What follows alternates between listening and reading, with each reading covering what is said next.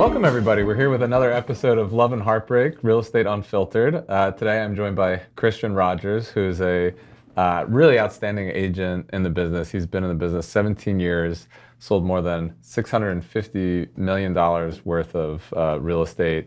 He really focuses on the ultra prime, clientele, apartments, things like that. You'll recognize a lot of the buildings I think that he's worked on, from the Plaza to multiple places on Central Park South and 403 Greenwich, and just really premier properties. A lot of great clients that we can't, unfortunately, probably disclose the names of but some very notable people who you would probably know if we did. So I really appreciate, Christian, you taking the time and being with here. My pleasure. Us today. We're going to keep it real loosey and goosey for everyone.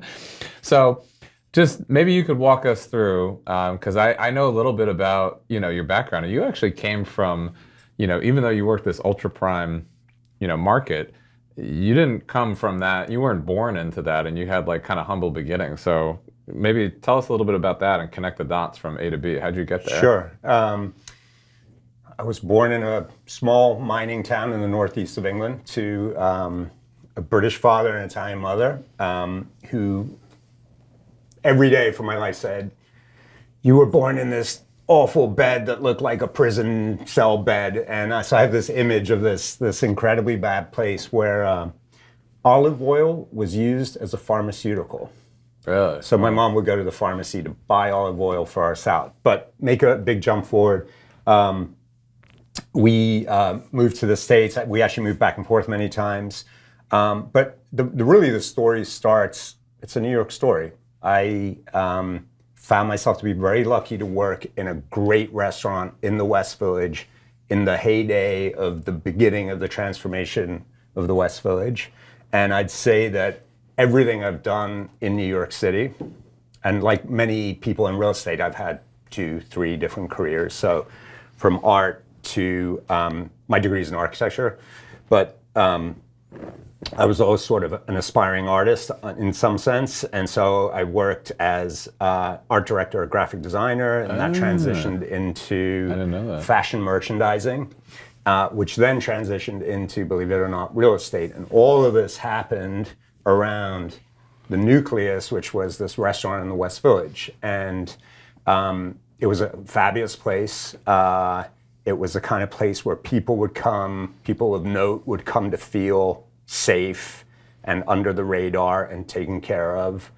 And I loved it. I had the best time there. And everything that I've sort of become involved in since there comes from clients who would come to eat. Really? Yeah. Wow. Go ahead. How did you build such good relationships at the restaurants with those clients and serving them for? Well, first of all, I'm half Italian, and it was Italian food, and it was really good Italian food. Okay. And it was something that I could put my sort of heart and soul behind and say, eat this is good. Yeah, okay. So, they would look to me, they would trust me to sort of help them have an interesting or a different meal, or just know that I knew I'm terrible with names. I'm great with faces and remembering what you eat. Okay.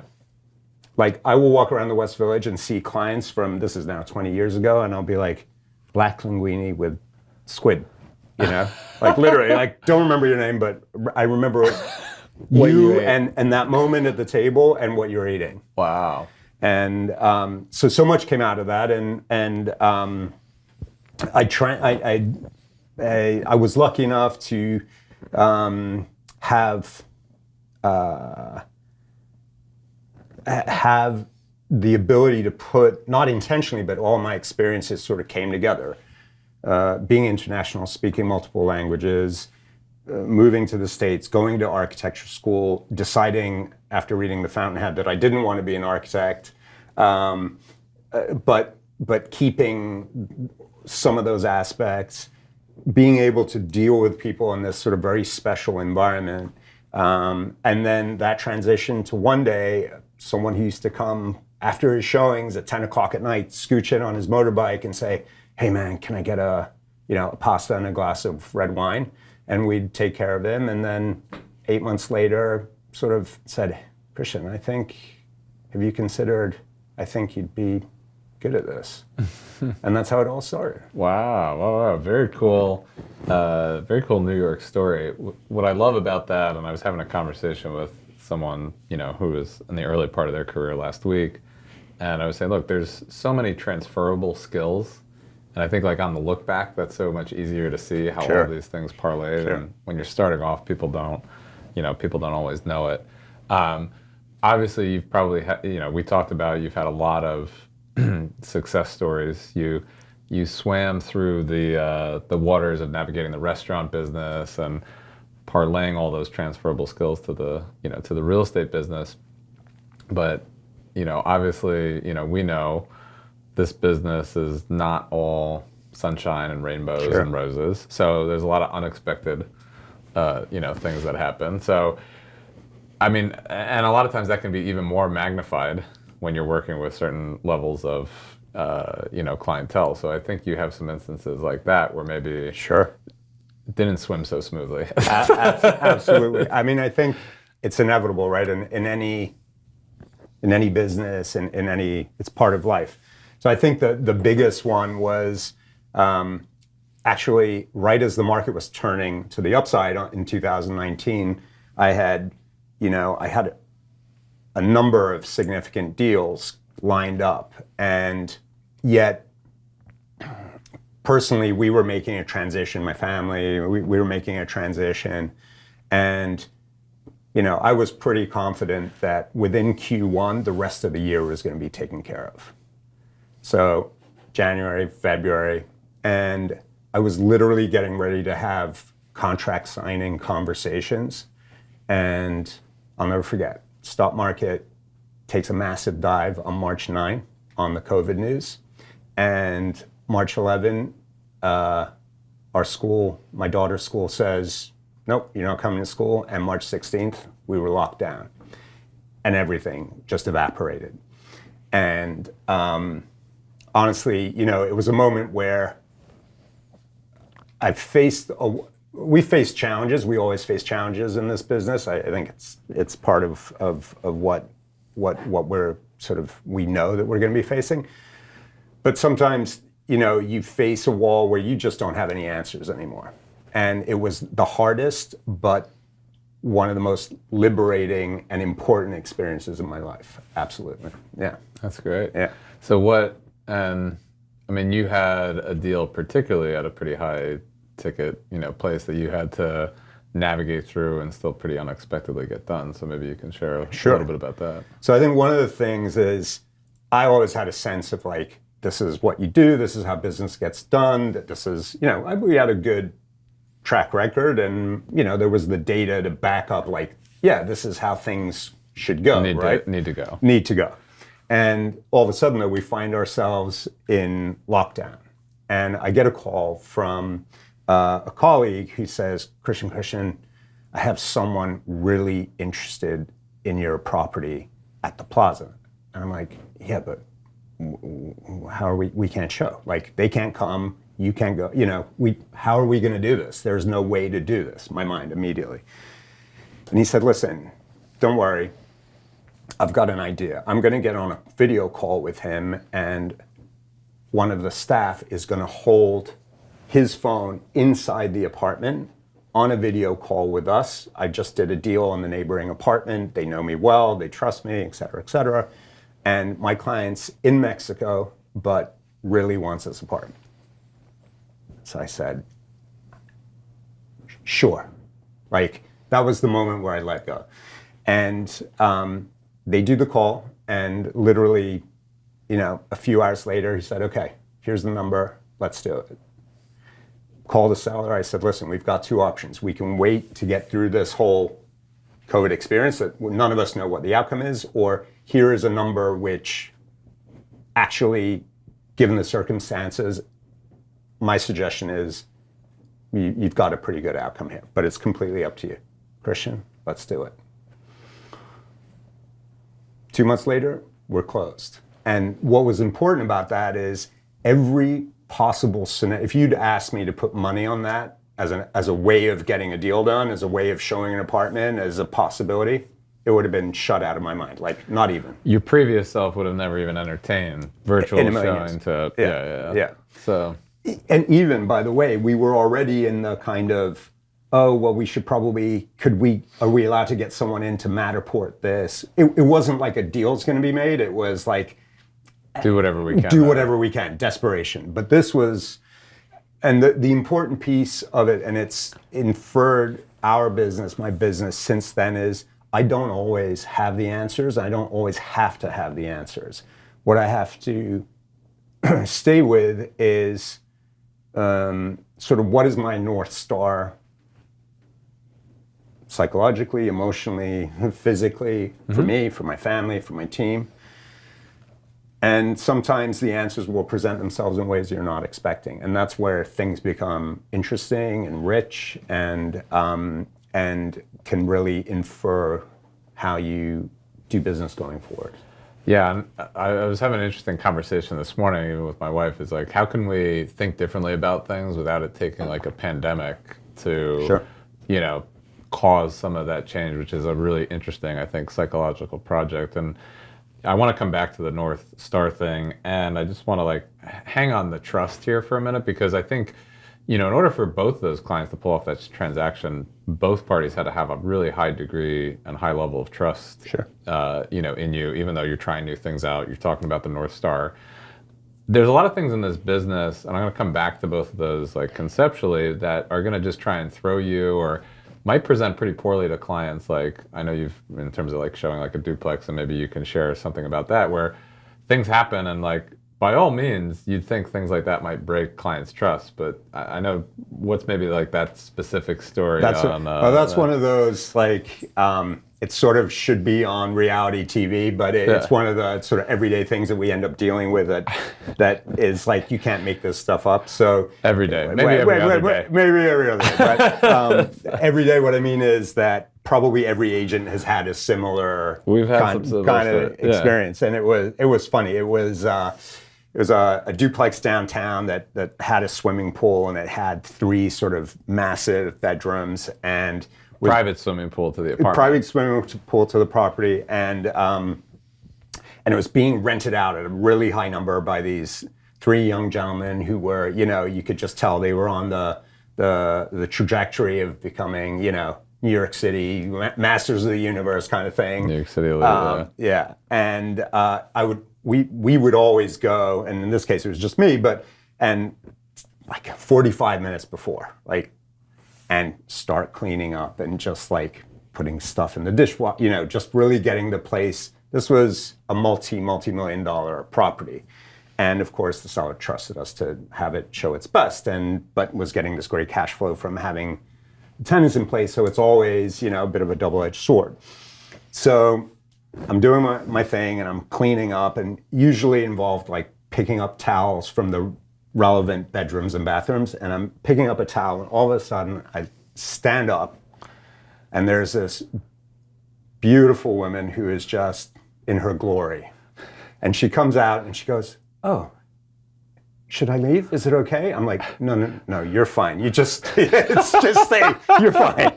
And so, it was like, okay, well, I'll be back. And so I went and ran and finished cleaning up the other rooms. And actually, by the time we got back there with the client, she was gone. Unfortunately, that could have been an interesting selling point. But it's just one of those things where you're just like, oh my God, like, oh my gosh, like scream, but she didn't scream. She was totally calm. Totally normal. Totally. Calm. Hi, I'm here. Calm.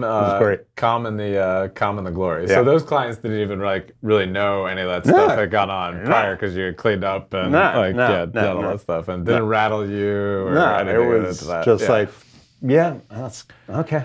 Oh man, yeah. I mean, there's a lot of like staying cool under pressure, in that instant, and again, a lot of trust that seller has to have. We talked about being loosey-goosey, and it's like, well, in an ideal world, and kind of like your closet deal, like we have those tenants out, we have this staged appropriately, and you had to operate differently. There's definitely like a recurring, theme that that I'm hearing, where you kind of you'll break your own rules, which I think is really cool. But you do that still with your North Star. So maybe you could tell us just like a little bit about like, so what is your, North Star that you always try to Sure. keep in mind, even if you're kind of switching how you operate with some Sure. of these things? Look, I mean, I think essentially people have to feel that they can trust us no matter what. I mean, we're dealing with, and it's interesting. I was thinking about this before doing the podcast. In all truth, I came out of waiting tables and that sort of creative environment with a sort of like, oh, this is kind of like a glorified waiting tables. Like, hey, this is a great bottle of wine. You can spend $50 on it, and this is a fantastic bottle of wine. You can spend $500 for what you're eating. $50 is good. And so I approached it, in all truth, transactionally, but with a level of I believe in. I can't sell something that I don't believe in. Okay, so that's number one. That's, I think, a really important point. Yeah, and that I think is potentially translated into, it's rare we take on something that we don't believe is a great property. But at the core of it, the base of everything is, for example, my clients in the restaurant trusted my advice, trusted my input on the food. And so that translated into the business, and I have to thank my first firm, Mercedes Burke, that were willing to give me a shot and willing to give me a chance, and there's a bunch of funny stories there. But they said to me, look, Christian, you can do anything that you want in this business. The challenge with this business is picking the path. But our suggestion is pick it. You have the ability, and go for it, and really be conscientious about the fact that you can serve these people on that path. You can serve your clients on that path. So at the end of the day, we've built our business on this foundation of trust. That doesn't mean that there aren't challenging situations and so on and so forth, but at the end of the day, it may sound like a cliche, but the relationship has always outweighed the transaction. And what's become really interesting over the years is I feel now that I can say to clients, you have to work with the person that you trust to get you to where you want to go. And if for any reason it's not me, that's absolutely fine.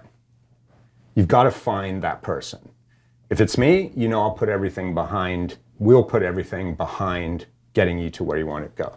And so it's become sort of the foundation for us establishing our standards as a team, which I think becomes really important because you can't put a dollar price on trust.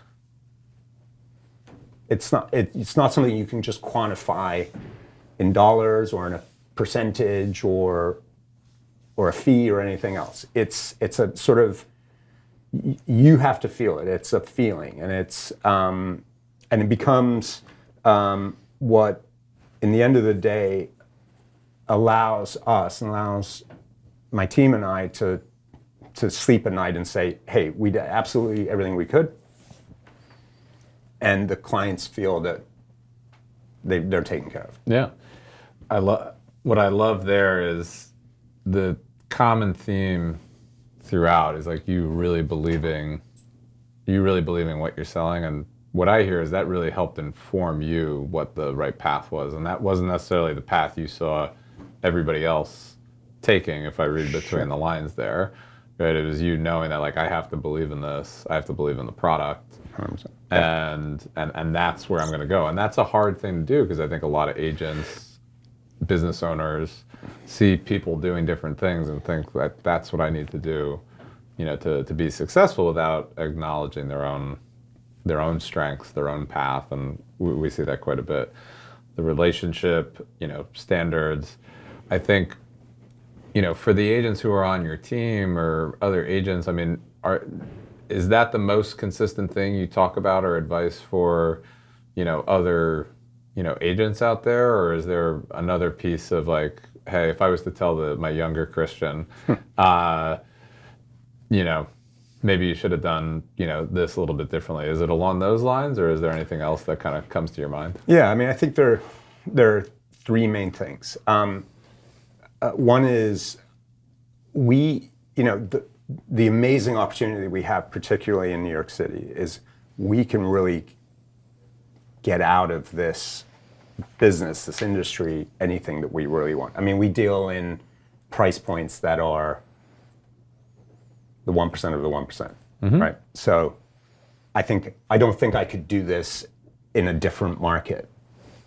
It would have to be a very similar market. But ultimately, what's really nice about the business is it's a pretty clear, linear, at least intellectually, how do I get what I want out of this in terms of business, in terms of the types of properties and clientele that I want to work with. Like, you can chart a course to that.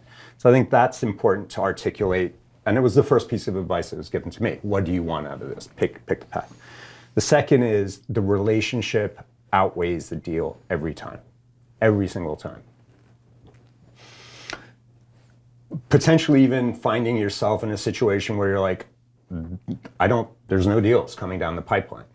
And that's, I think, the test where you have to sort of summon up every ounce of strength and say, but at the end of the day, I've got to be able to sleep at night, and I've got to be able to look my people in the eyes and say, you trust me.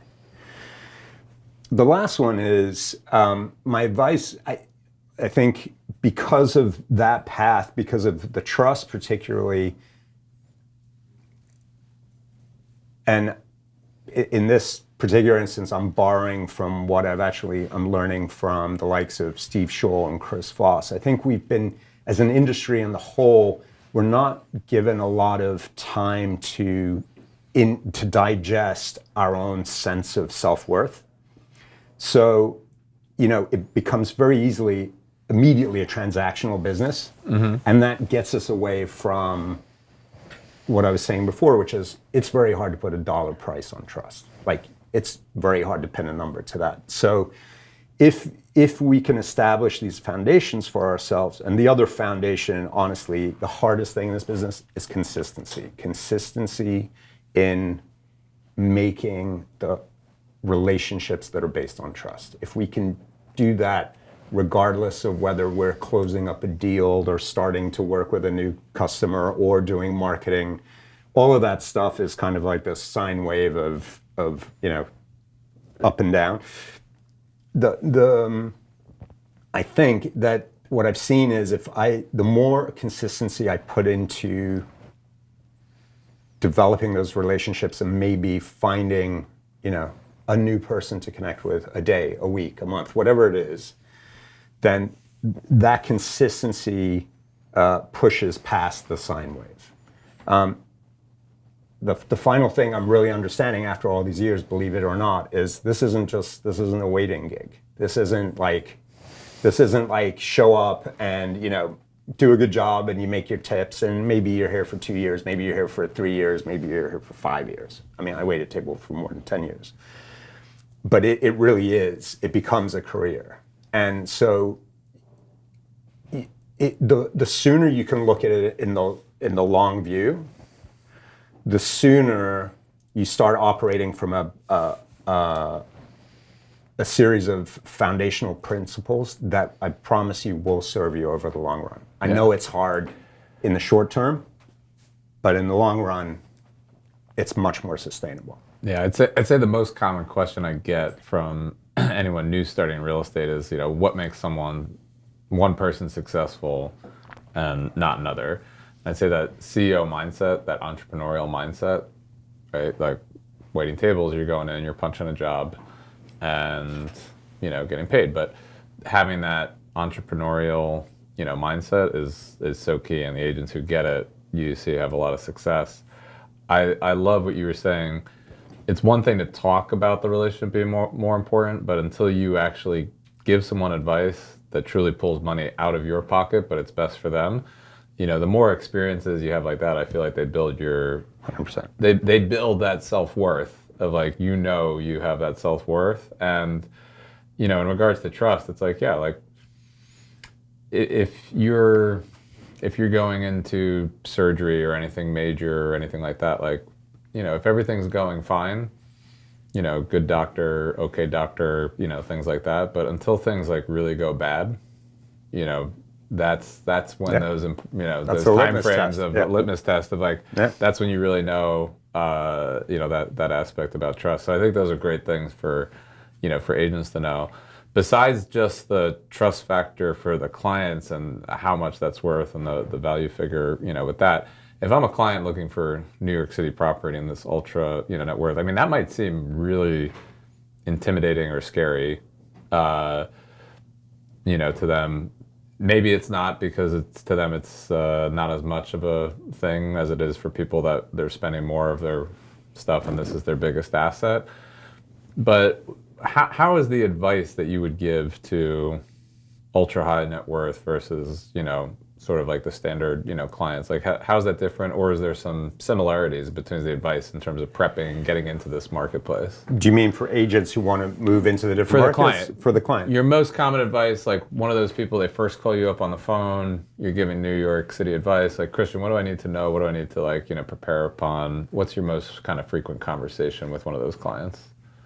I think on the buy side, my advice is essentially the same regardless. And I think there's obviously different levels of sensitivity to this point. But at the end of the day, on the buy side, I say to clients, look, sit down, take the evening, have a glass of wine with your significant other or by yourself or whatever the case is.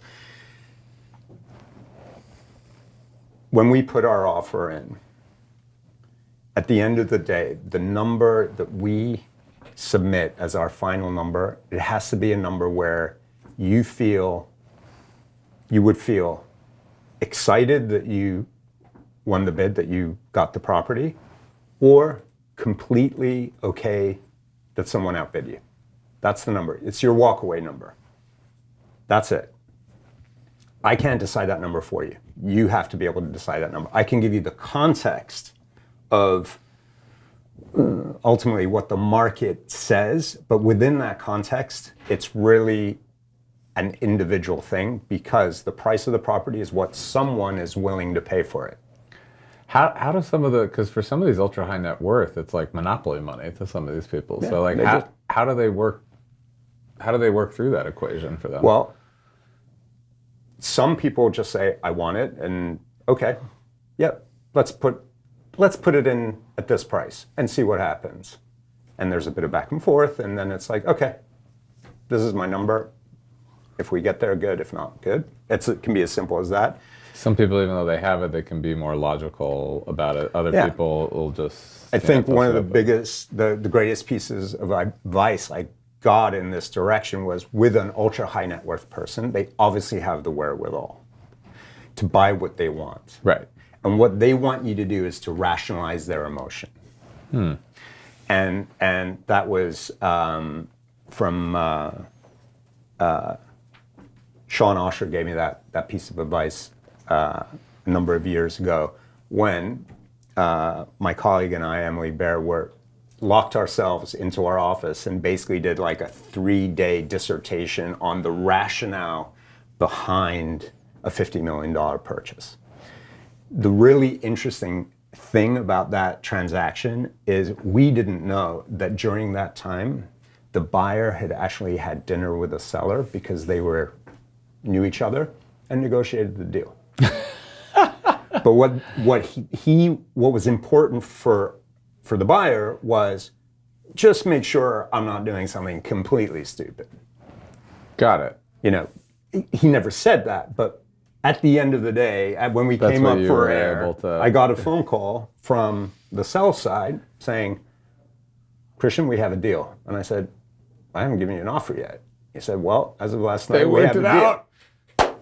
Wow, you had a $50 million deal that you didn't even have to negotiate, and the buyer and seller just negotiated themselves. Unbelievable. Yeah. But at that level, they were probably sitting down talking about the, I don't know, $1 billion business deal that they were going to do. They knew each other. You understand? Yeah. So it wasn't in that context. It just happened to come up. Yeah. And even if you wouldn't have wanted it to go that way, but what was our role? My role was to do my utmost to show them the best possible properties and to give my evaluation of, one question is, well, why does Fifth Avenue cost 30% more than Park Avenue? And why does Fifth Avenue in the 70s cost another 15% more than Fifth Avenue in the 60s or Fifth Avenue in the 80s? And so it became this really sort of surgical analysis, which I would repeat that experience, whether the deal went through or not. I would look at every day of the week, because I can tell you now surgically. Exactly right. If you're on the 11th floor versus the 9th floor, there's a difference. If you're on the 9th versus, et cetera. So it was, yes, it was a feather in my cap for sure, but it was one of the experiences that I'm actually thankful to the client for kind of, quote unquote, asking us to do that, where they already knew what they were going to do. They knew what they were going to do. Yeah. Oh, that is so interesting. That's a very interesting story. What I love about that too, if I could take away some of the fundamentals there, is, you're kind of, I always tell people most problems can be prevented by proper pre-framing. It's a lot of P's altogether. And you're taking one of the most challenging problems that they might face in the transaction, and you're having them think about that up front to start and actually process that. So when the emotions are getting at them, they're not having to also think about that. And I think that is such a golden just piece of information for everybody, and no matter what price point you're looking at too. So that's really wonderful. What, kind of just end on this, because I know you have lots of amazing just thoughts. You're creative. You can wine and dine with the best of them. You really know these products, but what is your outlook? Where's either Christian Rogers, the business? Where do you see just the opportunities and the path on a looking forward basis to kind of end there? I know we've sort of repeated this word over and over, but I really think in this environment, trust is going to be what brings the cream to the top. It's there are markets, marketplaces, market conditions where